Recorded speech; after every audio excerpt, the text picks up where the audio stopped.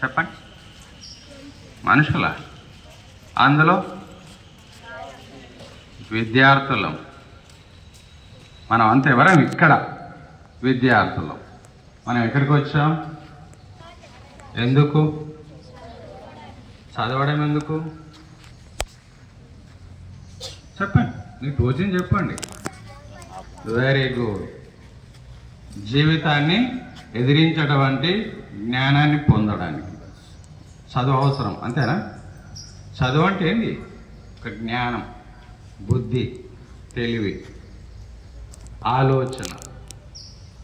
మనం ఏ అంశం అయితే చదువుతున్నామో ఆ అంశం మనల్ని ఆలోచింప చేసేదిగా ఉండాలి. ఎస్, అవునా కదా? ఆలోచింప చేసేదిగా ఉండాలి. అంటే మనం ఏదో మార్కుల కోసం బట్టి చదవడం కాకుండా మనం ఏ అంశం అయితే చదువుతున్నామో దానిపైన మనకు పూర్తి ఆలోచన శక్తి అనేది ఉన్నప్పుడే మనం అనుకున్నటువంటి లక్ష్యాలను సాధించగలుగుతాం. అవునా కదా? ఎస్. నేటి ఈ ఆధునిక విద్యా విధానం కూడా ప్రతి ఒక్క విద్యార్థిని ఆలోచింప చేసేదిగానే ఉంది. ఇది సిసి మెథడ్.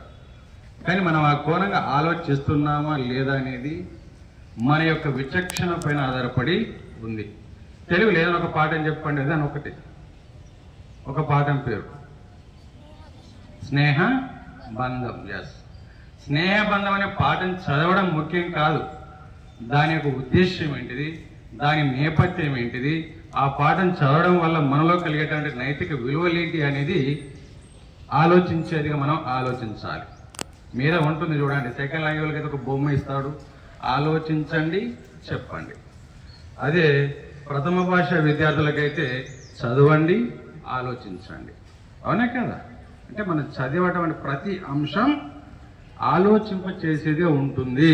ఆ విధంగా ఆలోచించాలి. మరి ఆలోచిస్తున్నాము చెప్పండి. మనం అంటే మనమే కదా, అందరు దునియా మొత్తం ఆలోచించాలి. ఆలోచించినప్పుడు అందులో ఉన్నటువంటి అంతఃసారం అనేది మనకు తెలుస్తుంది. లేకపోతే చిన్న మంత్రి పెద్ద మంత్రి కథ అవుతుంది. ఏ మంత్రి? చిన్న మంత్రి, పెద్ద మంత్రి. చిన్న కథ, కథ కాదు, చరిత్ర అనుకోండి. కథ అంటే ఇది అనుకోండి. రాజుకి ఇద్దరు మంత్రులు ఉన్నారు. ఆ రాజుకి చిన్న మంత్రి అంటే చాలా ప్రేమ, పెద్ద మంత్రికి అసూయ. ఏంటి, రాజు ఎప్పుడు చిన్న మంత్రిని మెచ్చుకుంటున్నాడు, నన్ను మెచ్చుకోవడం లేదు, మరి రాజుగారు చెప్పినటువంటి పనులన్నీ చేస్తున్నానంటే అని అనుకుంటాడు. ఒకరోజు అడుగుతాడు రాజును, రాజా ఓ రాజా, మీరు ఎప్పుడు చిన్న మంత్రిని మెచ్చుకుంటున్నారు, మరి నన్నెందుకు మెచ్చుకోవడం లేదు? నేను కూడా పనులు చేస్తున్నాను కానీ పని చేస్తున్నాను, కానీ నీ పనిలో ఆలోచన లేదు అన్నాడు. చిన్న ఉదాహరణ. రాజుగారి వెంటనే కుక్క ఈనిందా? ఏమినింది? కుక్క. కొన్ని పిల్లలు పెట్టింది, అవి మరుగుతున్నాయి, మొత్తుకుంటున్నాయి. ఫస్ట్ పెద్ద మంత్రికి పని చెప్పింది. మంత్రి గారు, మీరు వెళ్ళి ఇంటికి ఏదో శబ్దం వస్తున్నా చూసిరండి అన్నారు. పోయిండు, చూసిండు, వచ్చిండు, చెప్పిండు. ఏం చెప్పిండు? కుక్క ఈనింది. ఎన్ని పిల్లలు అని మళ్ళా ప్రశ్న వేశారు. మీరు చూసిరామన్నారు, నేను పోయి చూసి వచ్చా, అంతే. పిల్లల సంగతి తెలియదు. పోనీ అవి ఏ రంగులో ఉన్నాయి? ఆన్సర్ లేదు. సరే, అట్లాగే ఉంది. అంటే ఇది ఒకరికి తెలియకుండా ఒకరికి చేస్తున్నాడు రాజు. చిన్న మంత్రికి పెద్ద మంత్రికి వేరు చేస్తున్నాడు. అప్పుడు చిన్న మంత్రిని పిలిచాడు. మంత్రి, మీరు వెళ్ళి ఇంటి వెనక లేదు శబ్దం అవుతుంది, ఎప్పుడు వెళ్ళి చూసిరండి అన్నాడు. అనగానే వెళ్ళి వచ్చి చెప్పి, ఎన్ని పిల్లలు? అయ్యో 4, 5. 4 అన్ను. ఏ రంగులో ఉన్నాయి? అయ్యా 3 ఎరుపు రంగులు ఉన్నది, 1 నలుపు రంగులు ఉన్నది. పూర్తి సమాచారం చెప్పడం జరిగింది. అంటే దీన్ని బట్టి ఏమర్థమవుతున్నదంటే, మనం ఏదైనా ఒక అంశాన్ని చదువుతున్నామంటే అందులో ఉన్నటువంటి నిశితమైనటువంటి నిగూఢమైనటువంటి అర్థాన్ని మనం గ్రహించగలగాలి. అలా గ్రహించినప్పుడే మన జీవితంలో ఎదుర్కోవాల్సినటువంటి సమస్యల్ని మనం సాధించగలుగుతాం. ధర్మార్జులు ఉన్నది, దానశీలం ఉన్నది. ఒక్కొక్క పాట నుంచి ఒక్కొక్క ఇతివృత్తం ఉంటుంది. దాన్ని మనం యూటిలైజ్ చేసుకోవాలి, నేర్చుకోవాలి. నేను ఇవాళ పాఠం చదివా, ఏమంటే ఏం పాఠం అండి? స్నేహబంధం.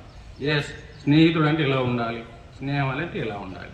ప్రపంచంలో అన్నింటికంటే తీయనైనది, కమ్మనైనది, గొప్పది స్నేహమే. ఎందుకంటే మనం తల్లిదండ్రులతో చెప్పుకున్నటువంటి, బంధువులతో చెప్పుకున్నటువంటి సమస్యల్ని కూడా మనం మిత్రులతో పంచుకుంటాం. అంత గొప్పది అని మనం గ్రహించాలి.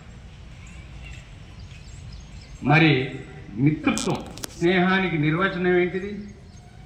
కష్ట సమయాల్లో ఉన్నప్పుడు ఆదుకున్నవాడే మిత్రుడు.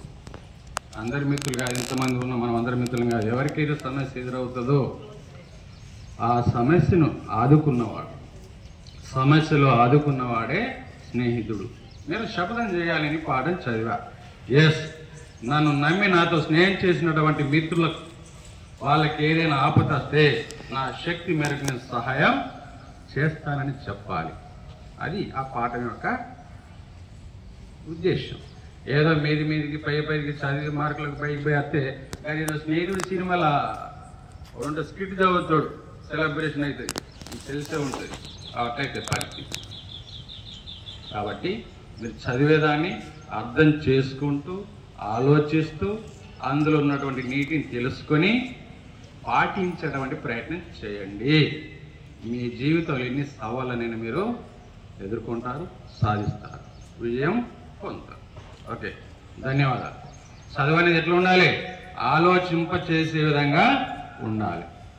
అప్పుడే మనం ఏదైనా సాధించగలుగుతాం, లేకపోతే ఏమీ లేదు. ఆలోచిస్తారా?